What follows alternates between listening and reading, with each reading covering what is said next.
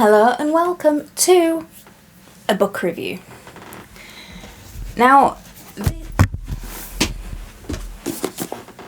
I didn't just drop it. This is a book review of a book I read back in November.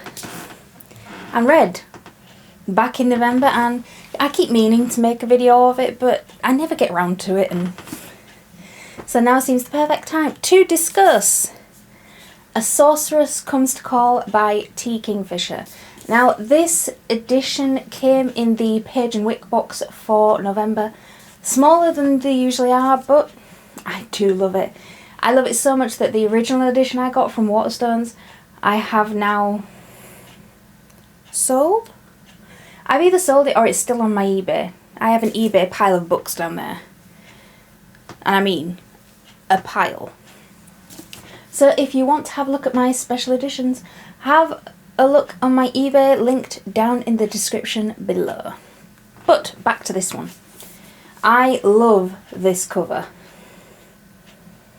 It is so gorgeous. Absolutely mesmerising. And the sprayed edges, I'll make sure my goose isn't upside down, are just phenomenal. So what is this about? Cordelia knows her mother is unusual. Their house doesn't have any doors between rooms, there are no secrets in this house. Cordelia isn't allowed to have a single friend. The only time she feels truly free is on her daily rides with her mother's beautiful white horse, Falada. But more than a few quirks set her mother apart. Other parents can't force their daughters to be silent and motionless, obedient, for hours or days on end. Other mothers aren't sorcerers. After a suspicious death in their small town, Cordelia's mother insists they leave in the middle of the night, leaving behind all Cordelia has ever known. They arrive at the remote country manor of a wealthy older man, the squire, and his unwed sister Hester. Cordelia's mother intends to lure the squire into marriage. Cordelia knows this can only be bad news for the bumbling gentleman and his kind, intelligent sister. Hester sees the way Cordelia shrinks away from her mother, how the young girl sits eerily still at dinner every night. She knows that to save her brother from bewitchment and to rescue the terrified Cordelia, she will have to face down a wicked witch of the worst kind. So this book, it interested me straight away. From the blurb, I was there. And I was determined that I had heard the name Falada before, somewhere. And then it came to me when I'm reading this, while reading it, that this is actually billed as a dark retelling of the fairy tale The Goose Girl by the Brothers Grimm. And if you watch my channel, you know that I love the old fairy tales. The darker the better. More murderous, more vengeance, blood everywhere, sacrifices. I really do have problems, don't I? But yes, I do love the dark fairy tales, and I love a retelling.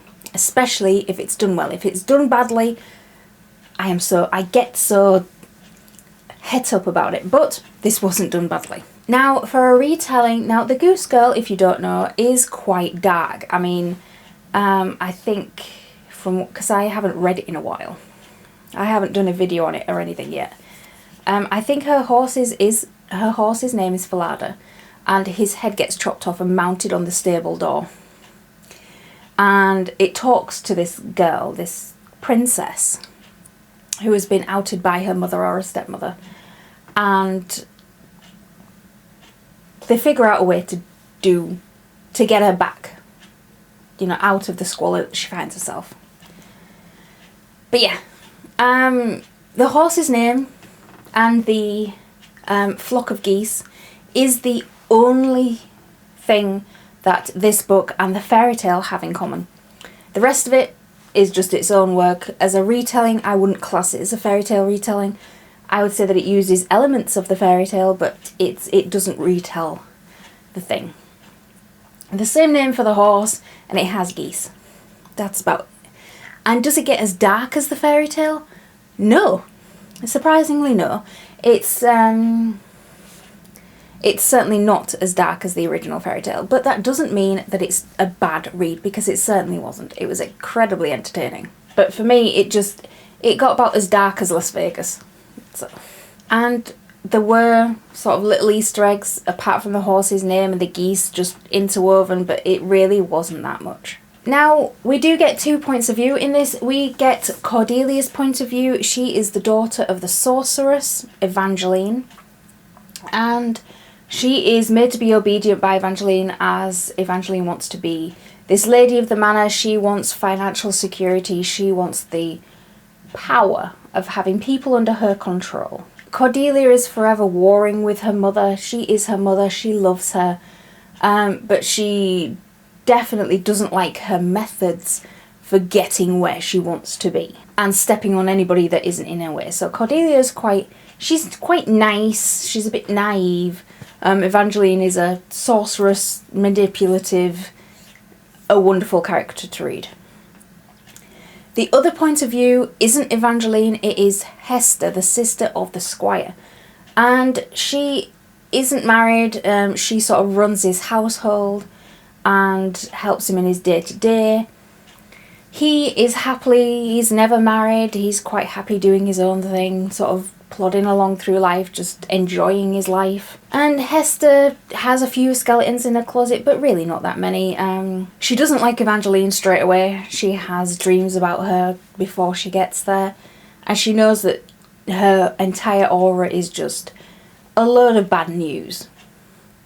And she can see what Evangeline is doing to Cordelia, although she doesn't know how to explain it. She knows there's something going on there that isn't quite right. And she knows what Evangeline is doing with her brother, and she doesn't approve of it, but she doesn't feel that she can tell him to get rid of her, because she doesn't think he'll believe her, and that he'll just think that Hester is worried about her own position there, which, I mean, she's a little bit, but mostly it's that a sorceress has got a claws into her brother.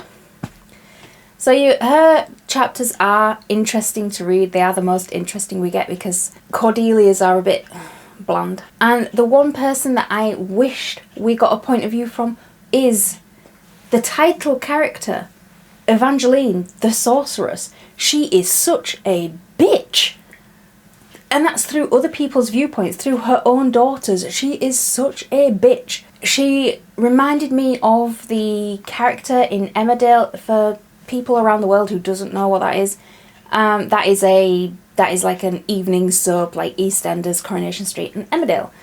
And she reminded me of the character Kim Tate in Emmerdale, not as she is now, because I think she's back in it. I haven't watched it for years. But like 1990s era Kim Tate, complete bitch of the manor and utterly ruthless to anybody. Anybody that gets in her way, friend, family, foe, you're out. And that's what this character reminded me of. And I wish we got her points of view, because a lot happens off stage. And it's only when Evangeline comes back into the manor and you are through Cordelia's eyes or Evangeline or Hester's that you get to know what's going on. And I would really like to know the things that Evangeline was doing, or the things that she had to do to get where she was going. Her thought processes, her magic, everything that she had to, weave to her will. That's kind of what I wanted, and I didn't get it. Because poor Cordelia, she's her daughter. She is absolutely no match for her whatsoever. And to be honest, Cordelia's point of view, it was a bit bland. She's completely naive, considering the way she's grown up. She doesn't have much autonomy. She's kind of just there to do Evangeline's bidding and be her puppet, and we don't even get Evangeline's point of view when she's doing this. We get Cordelia's, which... Although Hester was an interesting character to get the other point of view, but I mean the other one being Cordelia, a bit bland. Hester is just going to be golden by comparison. But I feel that even she should not have been a match for Evangeline. She should have been absolutely no match for Evangeline, considering the powers she's got and what she can do and what power she uses throughout this book. The plot armour was so thick. Now, did it fall down at the end? No. The ending, it ended with a bang. I loved the ending. I thought that was exactly the ending it should have been, and I just wish there was something more. Mainly, yes, I said that the ending, it really pulled it together, but mainly I feel that I'm missing something because I don't think the main characters deserved the ending they got, considering how powerful Evangeline is, and how stupid some of the characters in this are, and naive, and just all over the place. There's no like serial plan here. It's just they do it by sheer luck, and I felt Evangeline deserved better than that. But yeah, if you like fairy tale retellings, it's not a retelling, it does use some elements of it, but I think you'll be happy with this. I gave this a glowing 4 stars because, yes, Cordelia was a bit annoying and a bit bland. Hester was quite funny in places, and Evangeline is amazing to read even through other people's points of view. So yeah, this was my thoughts on A Sorceress Comes to Call by T Kingfisher. If you've read it, let me know your thoughts down below, and till next time, keep reading.